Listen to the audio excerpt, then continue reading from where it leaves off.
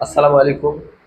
বৃষ্টি ও ছাতা রিলেটেড যে ম্যাথগুলো আছে এগুলোতে তোমরা প্রায় সমস্যার সম্মুখীন হও। আজকে আমি টাইপ ওয়াইজ তোমাদের বুঝাই দেবো যাতে কোনো প্রকার কনফিউশন তৈরি না হয়, ঠিক আছে? চলো দেখে নিই।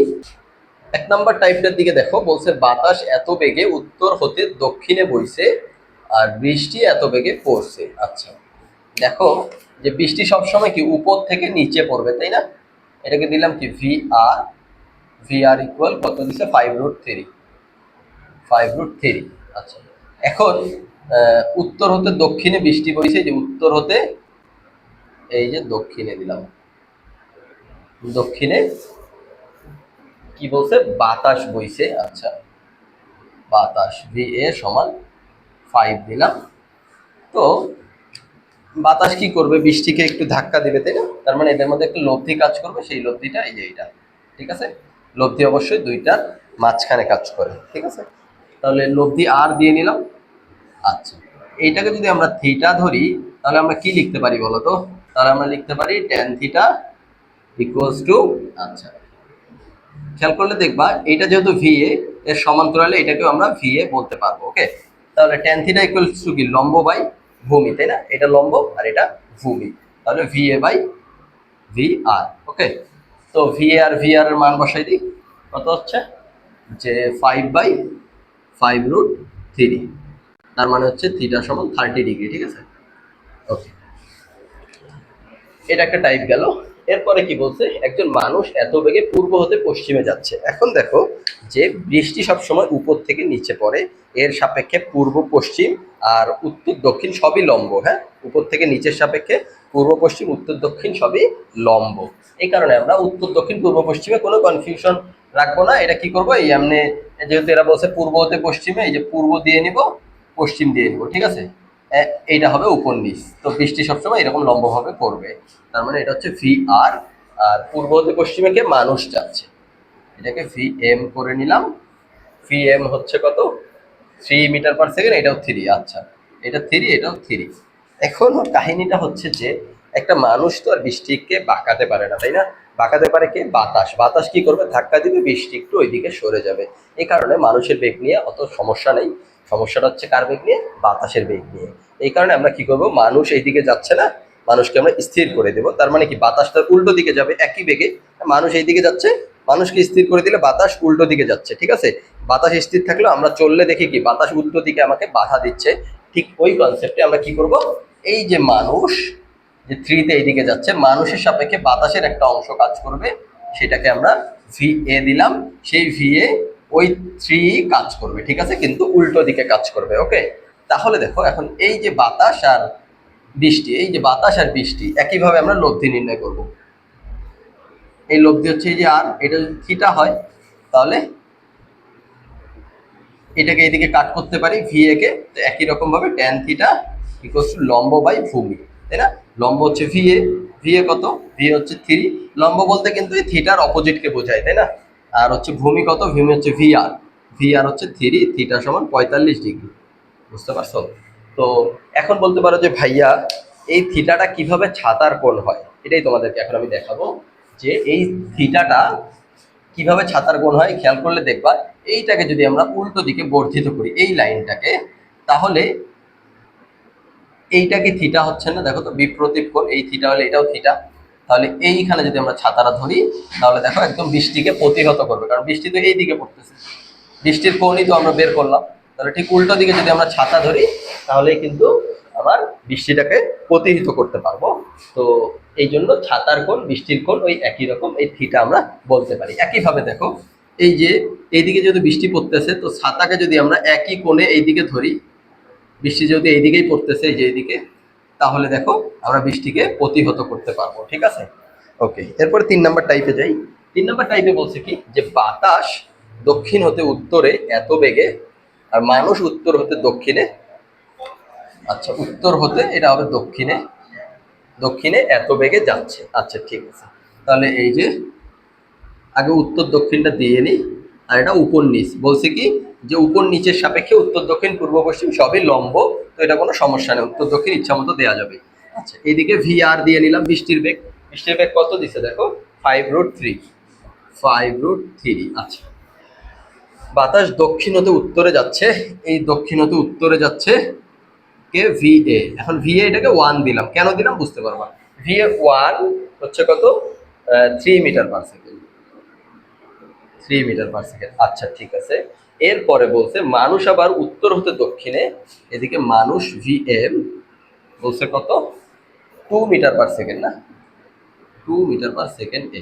এখন এই জিনিসটা বলছে এখানেও আমার ওই একই লব্ধি বের করতে হবে, কিন্তু ঝামেলাটা হচ্ছে যে এখানে মানুষ বাতাস দুইটাই আছে, এই দুইটা কম্বাইন করলে হয়ে গেল, আর কিছু না।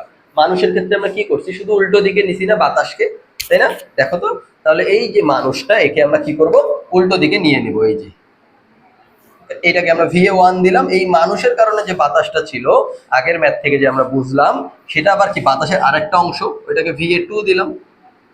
তো ভিএ 2 দিলে টোটাল যে ভিএ আসলো সেটা কি ভিএ 1 প্লাস ভিএ 2 না, 3 প্লাস 2 সমান 5। বুঝতে পারছো? দেখো একে তো বাতাস এইদিকে আসেই, তাই না?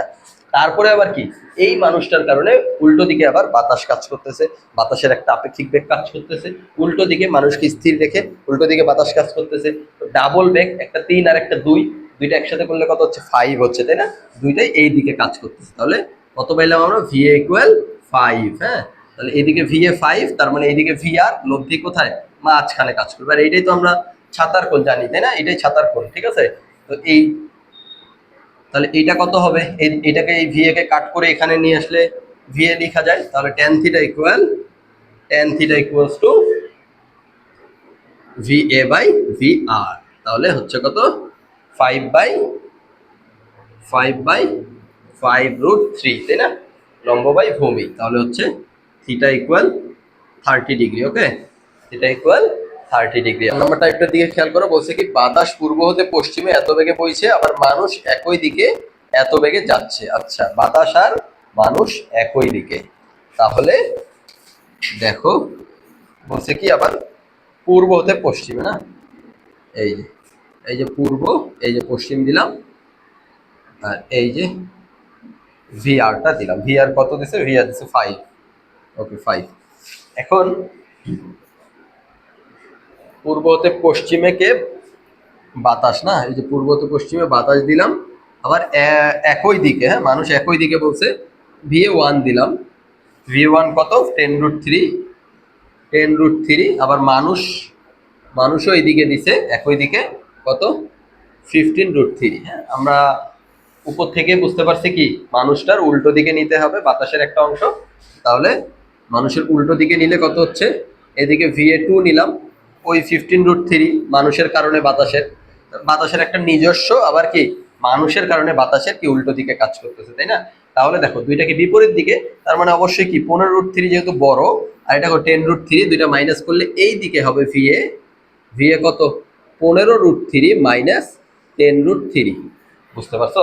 এইদিকে ভিএ কাজ করবে 15 আর 10, অর্থাৎ 15√3 আর 10√3 এর যে লব্ধিটা কাজ করবে বাতাসের যে দুইটা অংশ, সেটা কি বাম দিকে কাজ করবে 5√3, তাই না? মাইনাস করলে 5√3। তাহলে দেখো যেহেতু এইদিকে কাজ করতেছে, এইটা ভিআর, এদের মাঝামাঝি কি কাজ করবে বলো, মাঝামাঝি লব্ধি আর কাজ করবে, তাহলে এইটা হচ্ছে থিটা।